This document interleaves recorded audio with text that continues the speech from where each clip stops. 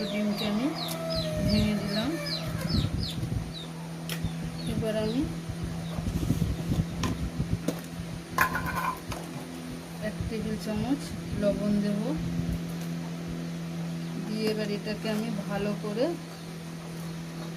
মেখে নেব।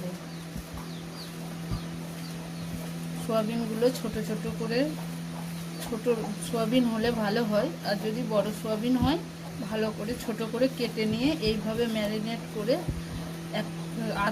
10 থেকে 15 মিনিট ফ্রিজে ভরে রেখে দিয়ে, ফ্রিজে ভরে রেস্টে রেখে দেবেন।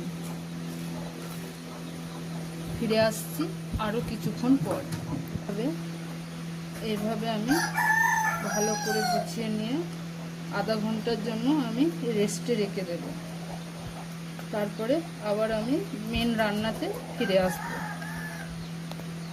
বন্ধুরা, এটা আমার ম্যারিনেট করা ছিল, এটাকে আমি এবার